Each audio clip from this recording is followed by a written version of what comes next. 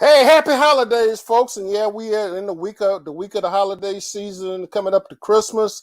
Hope everybody is getting into the festive move. I realize Omicron is trying to just put a damp on everybody, but welcome to the corner. It's your man here, Adolphus AD Moore, back on the corner as we get ready to come into this week of this Christmas week with the Texans giving us a gift. They won a ball game today. Boy, if they could just put the Jacksonville Jaguars on the schedule by 3 or 4 more times, we'll probably be in the league in the league for the division. The Texans today got a 30-16 victory over the Jacksonville Jaguars, and needless to say, I know a lot of folks out here will advocate just drop the game. You know, we want the number one pick.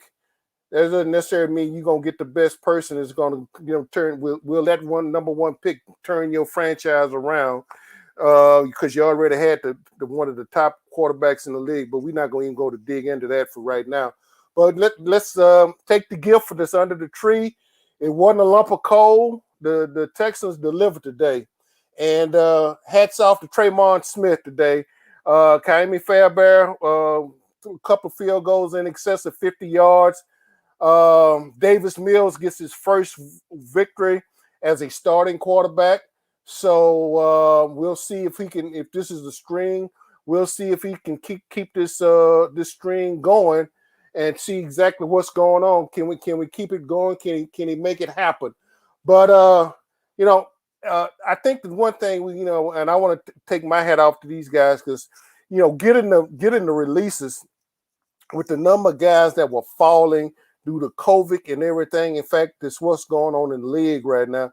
You had 3 games moved. You got a couple of games tomorrow that's been moved from the Saturday game. The one game's moved to Tuesday of this week. The NFL they're doing all they can to try to get this season in. But COVID-19, whether you believe, don't believe, boost, anti-vax, or whatever the case might be, COVID-19 is still a winner right now, and for those that don't think we're playing, just keep hanging out there and keep going around with your crazy delivering. I mean, I'm vaxxed up, I'm boosted up, and whatever the case. But without further ado, I want to bring my man in. I understand he was at the Celebration Bowl. I know we got to get into this. My man, AJ Jones. Hey, man, I looked up and saw, because at that stadium, I saw your tweet, and I said, wait a minute. I got a picture like that at the Super Bowl a couple of years ago on that ramp coming up, on the Mercedes-Benz on that side right there. And so, AJ, why we had to unmute yourself, because right there you're sitting on mute. Okay, my bad. Sorry about that. That's okay. I was getting my headset right. Wait a minute. I'm blowing your ears out, man. No. You good. But I saw that picture and I said, wait a minute. Did AJ go in my picture folder and pull, screen me out and put it? But now AJ was at the Celebration Bowl, and we definitely gonna get into that. Yes, sir. Because that's gonna tie in real well with where I want to go, especially for Monsieur Candy Doug Gottlieb, as to certain young man by the name of Travis Hunter made a mistake in leaving Florida State and going to Jackson State. Really? But I'm not gonna go there right now. AJ, welcome to the show. Well, how's everything? How was Atlanta, man? I mean, I understand that Atlanta was popping yesterday, man. It really was, man. It was a great event. It was great to be in the city. And Atlanta knows how to throw a great party.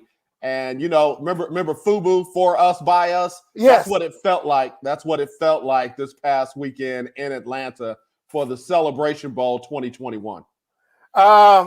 Other than that, now, I'm pretty everybody was looking for Jackson State to just walk out of there. South Carolina State came in with a just a 6-5 record and spanked the Jackson State Tigers. I mean, they spanked them. I mean, I don't care how you look at it, man. They spanked them. AD, I don't know who originally said it. That's why they play the games.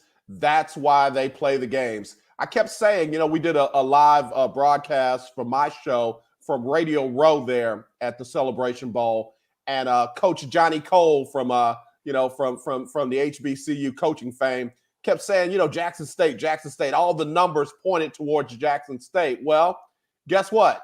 That's why they play them. That's why they keep score, because every now and then the numbers will tell a different story. And the only numbers that mattered yesterday was what? 31-10. 31-10. I was shocked, but I tell you what, before we get too far ahead about, because I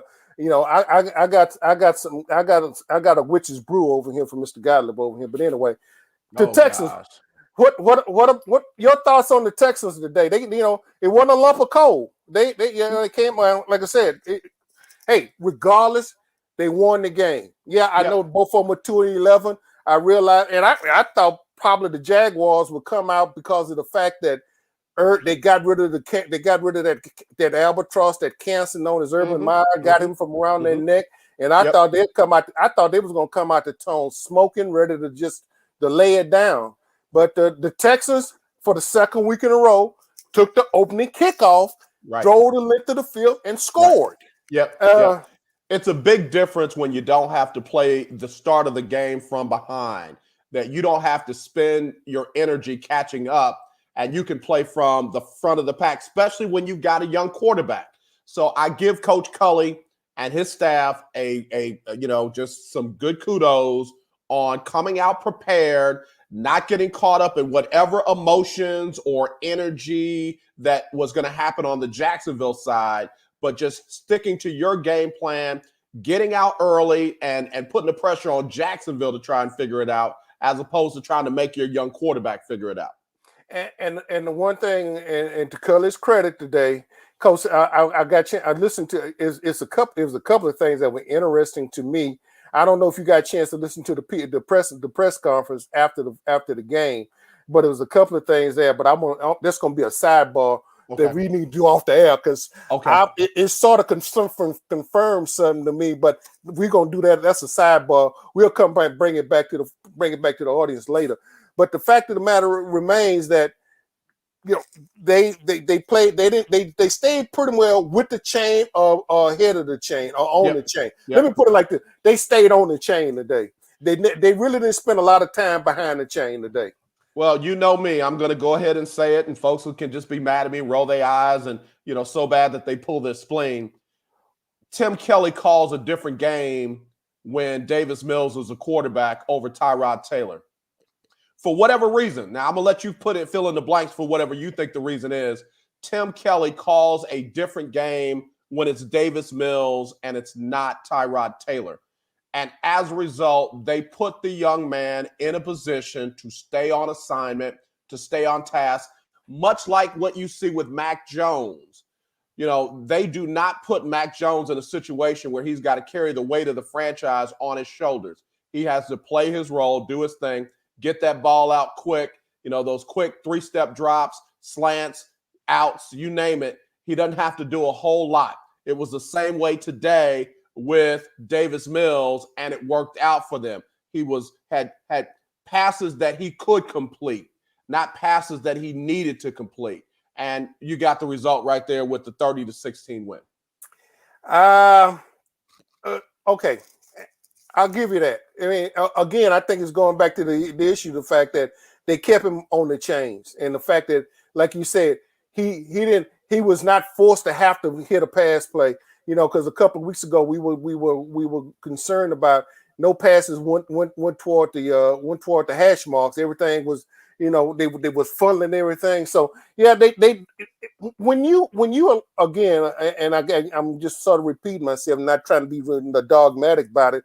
But again, when they stayed on the chain and never really got behind per se, they didn't. Like I said, he wasn't forced to be able to have to recognize and look at certain blitz packages or anything. I mean, let's face it, this is Jacksonville Jaguars. That was almost like saying holding a mirror up to themselves. The Texans basically just there was a symmetrical mirror looking at themselves record-wise and almost team-wise and quarterback-wise, skill-wise. Some folks can say who has the worst 53 roster. I will contend right now that the Texans flew down there with because every time they looked up, it was a guy. I was getting notices that guys are going on COVID. They're not Right. going to make it. I mean, Right. so ostensively speaking, the Texans went down there. I think they were 11 starters short, or 11 Yeah. people short today that normally would have been starting. I don't know. It worked to their benefit. So what does that say about the Jacksonville Jaguars? Yeah, I think we can walk away with this fact. The Texans are not the worst team in the league. They're not the worst team in the league. And I don't even know if Detroit is the worst team in the league. It might have been that team in Jacksonville today. And not just because of talent, but literally when you have the kind of leadership that you had under Urban Meyer, and you don't have the kind of development that young players like a Trevor Lawrence need. And then they got hit with the injury bug earlier. Travis Etienne, DJ Chark, those guys were guys that they depended on to help, soften the blow for a young rookie quarterback like Trevor Lawrence. But, I mean, it's obvious the Texans are not the worst team in the division. They're not the worst team in the AFC, and they're not the worst team in the league. But that doesn't say a lot. It doesn't say we didn't see anything today that made you think, oh, this team is going to be all right. They still ran the ball for less than 80 yards. They still, again, are not pushing the ball downfield. Defensive coordinators are not going to be afraid of the Texans. They just got to find a way to disrupt the Texans if they go to that quick hitting, very conservative kind of pass plays with a young Davis Mills. You saw Indianapolis figured it out last night against the New England Patriots. And I kept saying, when are y'all going to take away these short passes and make Mac Jones have to push the ball downfield? What happened? He did it twice last night, turned the ball over. It's not a sustainable model, but it's a good model because now you're going to have to make defensive coordinators prove it and not and then later on do it. Yeah, you raised a very interesting point last night because last night ball game, the Indianapolis coach, because I was sitting there trying to figure out this is one time where Bill Belichick got caught playing checkers and the Indianapolis coach was playing chess. The dynamics got turned, and I agree. They made Mac Jones, okay, you're gonna have to beat us tonight. We taking away. They done the Belichick to Belichick. They took away his weapons and said, "Okay, young man, jump out there and beat him. Man, your name not Aaron Rodgers. Your name Matt Jones. Go ahead, show us." And he couldn't. But be that as it may. But we'll see. We'll see about that. So while we're in this euphemistic bubble right now and applauding the Texans' victory, Tremon Smith got a 98-yard kickoff return. Hey, let's give kudos to kudos, man, because that was their first. I think that was their first kickoff return since 2008. Yeah, 2006, 2008, somewhere in there. But think about that. When you're getting points from your special teams, you're getting stops from your defense, and your quarterback is being put in a position where he can relax and play and let the game come to him as opposed to being forced and trying to force things to happen. It's a whole different outcome, isn't it? Oh, without a doubt. Now, Los Angeles Chargers will come in the day after Christmas. Yeah, different deal. No, totally different deal. But what we're gonna say, this to be the 24-hour rule, and we're gonna let the guys enjoy. I mean, everybody had they 2 cents worth on David Culley. Coach, enjoy the victory. At least you share Christmas with the family and everything coming up. Everybody going on. So let's enjoy Christmas. The week of Christmas coming up. Even with the Omicron virus, we're gonna go ahead and deal with it. But let me test your knowledge now. I know there was a famous wrestling commentator. He's still alive. He says, business is about to pick up. Business is about to pick up. And guess what? That's what's going to happen when the Chargers come to town. Business is going to pick up. That's where we've got to. That's where we got to see Tim Kelly, do his job. That's where we got to see the defense actually defend all of the field and not just sections of the field. and you got a young quarterback coming to town that this is who Davis Mills wants to be. Question is, will Davis Mills be this kind of young quarterback? That's still to be seen. That Right. the jury is very much out. Yeah, what this is his sixth start, seventh start, and finally he got a victory today. First victory. Okay, all One. right, one. Okay, One win. One well, win. okay. Wait, well, you know what? They did our best. They tried to protect him the best they could, and they Right. did. Right. But you know what? Let's get back to the Celebration Bowl. Okay. Yeah, I mean, tell me the atmosphere down there had to be electric. It Just was. give it to us. What I mean, besides the Battle of the Bands, I mean, it's always interesting to me, and I'm gonna just say this: I'm not an HBCU grad. I got a Okay. bunch of relatives and so forth that Okay. went to HBCU, but I, you know what? That because my relatives, many of them have gone to HBCU, being part of the Divine Nine. And the preponderance of the Divine Nine was founded on HBCU campuses, you know. And then when a certain person questions the validity of an HBCU, I take offense. I take offense real quick. Yeah. And I'm a roll to that. But let's go back to the Celebration Bowl and just you just lay it out. You got the floor, Mr. Jones. Well, I got to tell you, man, I was proud to see when I got inside the stadium. I kind of sat in the foyer area and just watched. And man, you got thousands of people just trying to get inside, looking around and what have you, of all ages. I'm talking about young and very old. But here's the thing. It wasn't just South Carolina State. It wasn't just Jackson State. There were FAMU jerseys. There were Johnson C. Smith T-shirts and hoodies on. There was Xavier University, paraphernalia. So in other words, this was a celebration of Black college. This was celebration of historically Black colleges and universities. This was bigger than the game. And that's what the Doug Gottliebs, that's what the Lane Kiffins, that's what the Jimbo Fishers will never understand.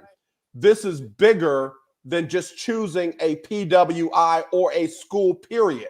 This is bigger than choosing athletic facilities. This is bigger than all of that. And that's what that young man who decided, was not forced to go, was not coerced to go. And I'll be doggone this nonsense that they got going on in Florida where they're putting legislation in place over NIL. Where's the legislation in Austin with all the linemen making $50,000? Where's the legislation in South Carolina where Dabo Sweeney's boys have NIL deals? Where's the legislation for them? But a young Black man decides to go to a school that is historically put in place for him. And you got people literally making statements like, forget the statement that he made about the young man not going. When he made the statement that people would much rather graduate with a degree from UGA or A&M or some of these other places because it makes them look better in the workforce. Nah, bro, you done gone too far. And I was glad that I focused on the faces in the Celebration Bowl. I was glad I got to see older people there on walkers, bro. You have people in motorized wheelchairs coming in to celebrate the greatness of historically Black colleges and universities. And yeah, there was energy about Deion Sanders, Coach Prime, and Jackson State and all they do coming into this game at 11-1. But there's a man on the other side that's been coaching for 40 plus years. Thank you. Historically, they have more championships than any other school in the MEAC. And man, it was good to see the revitalization of South Carolina State. Those Bulldogs represented well from start to finish in that game. And Coach Pugh talked about the camaraderie between him and the other coaches in the MEAC. I got to see Coach Wash from North Carolina A&T. He's not even in the MEAC anymore, but he was there to support his friend. Coach Pugh talked about being on the phone with the North Carolina A&T coach, being on the phone with the former coaches from the conference. He said he heard from every single coach in that conference as he got ready for that big game, and they did not disappoint. That's what some folks will never understand about our celebration of Black colleges and universities. You know, the one thing, what I mean, and there were several things, in particular on and as a rule, you know, other personalities, you know, they can make big statements. But see, the thing about what I take umbrage about, because there's the guy there's the Eddie Robinsons, there's the Jake Gaithers of the world, there's Yes, the sir. Billy Nicks of the world. Yes, sir. They're the Miriam Kassams of the world Yes, sir. that you denigrated. As far Yep. as I'm concerned, that was a denigration that you did Yep. to those men's legacy. Yep. When basically what they told us, no, y'all can't come play here. This is the prime de la prime. Then Right. all of a sudden, Bear Bryant and John McKay got together, and Bear Bryant, because he was running around with his all-white team, and Bear Bryant saw the handwriting on the wall, and he brought in John McKay brought that USC team in there, and Sam the Bam Cunningham, and and what he done turned the tide. Yes, Because sir. let's face it, literally he turned the tide. So when you go back and look at it, it's not the state schools that jumped on the bandwagon, quote unquote, not in the state of Texas. Right. It was your private school. It was the SMUs. It was the Baylors, the private schools that jumped out there and took and stepped into the water and brought people of color in there first. Before the two quote unquote schools that's designated by the Constitution of the state of Texas, before they even put their toe in the water, they had already saw what Jerry Levice could do at SMU. Yeah. Okay. Yep. So we already knew about that. Right. And that's the thing, man. When you got folks who want to rewrite history rather than just accept history, you got idiots like Doug Gottlieb who will make statements like he made and then try to backtrack from it when it's in print, bro. We see it. We can read it. What you said in the first part was one thing, but that last line is convicting. It's damning. And you will be damned by what you said in the last line of your statement. Nobody took anything out of context. And, and watch this. And you didn't put a dent in historically Black colleges and universities. Look at what Alabama A&M did. They signed multiple 4-star and 3-star athletes. You got people that are choosing not to play and dance to your music. You got people are choosing to go to, and guess what? It ain't over. It's really about to take off when you got Hugh Jackson over there at Grambling State University. It's about to take off when you got folks over there with Eddie Robinson at Alabama State. In fact, it's about, guess what? Southern's gonna have a great recruiting class.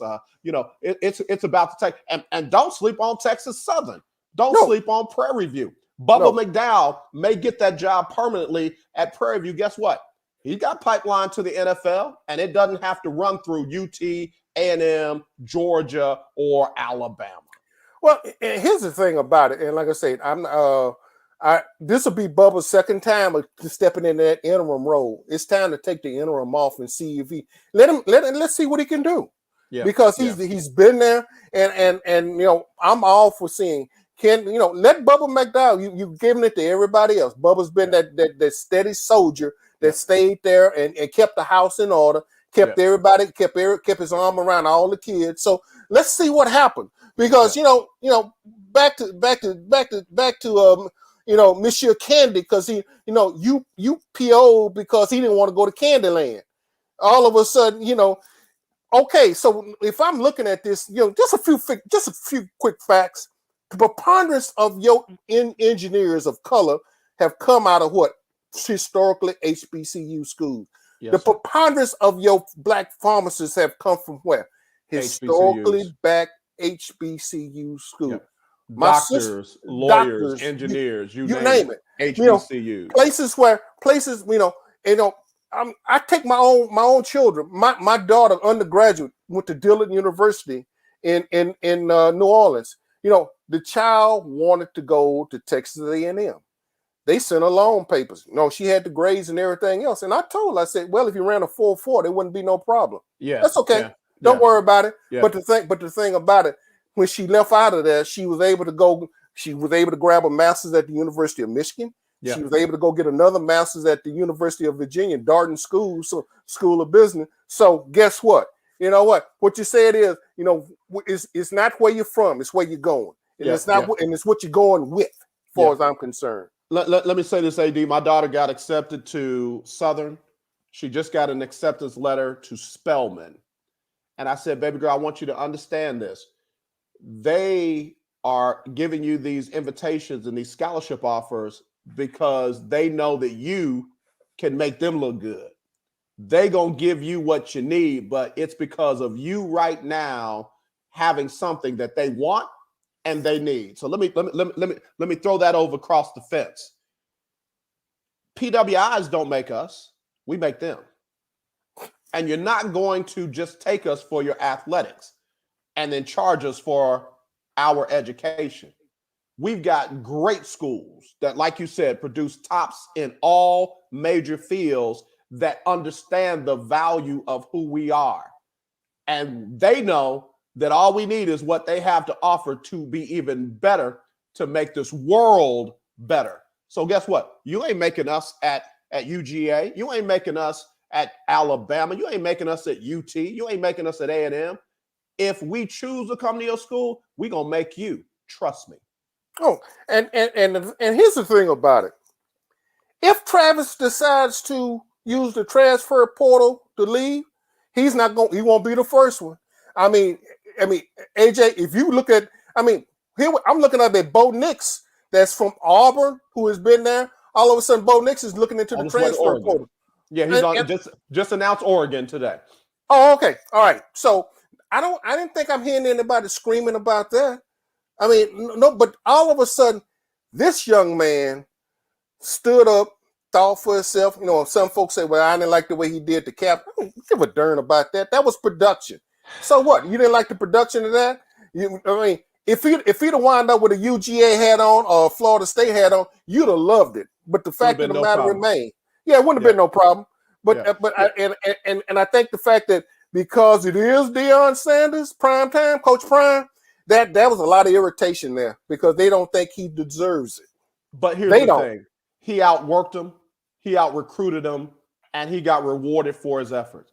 Step your game up, Mississippi. Step your game up, Mississippi State. Step your game up, Alabama. Stop taking it for granted that your school is going to do all the work. The name is going to do all the work. You got to get into these young men's living rooms and dining room tables, and you got to tell your story because Deion put them on notice. There's a new sheriff in town, and his name is Jackson State. Without a doubt, without a doubt, and you know, and here's the thing, and this they already started the negative recruiting. Well, we don't know how long Deion's going to be there, so, and I mean, the coach is getting fired every day. And if I'm not mistaken, didn't the coach from Notre Dame leave?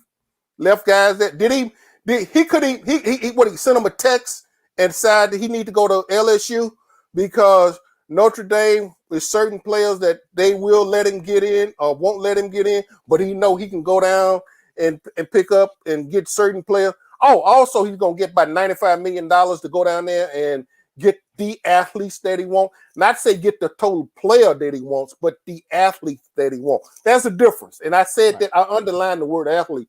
If that's all you want to just go get the athletes, then fine. You done what you wanted to. But if you're not there to develop the whole person, the whole human being, as the late Eddie Robinson used to say, and for those who never had the privilege of seeing the SWAC coaches tour, and because Eddie would be the last man, and everybody would just sort of, you know, because everybody would just be, all the coaches would come up there, then all of a sudden, here come the man.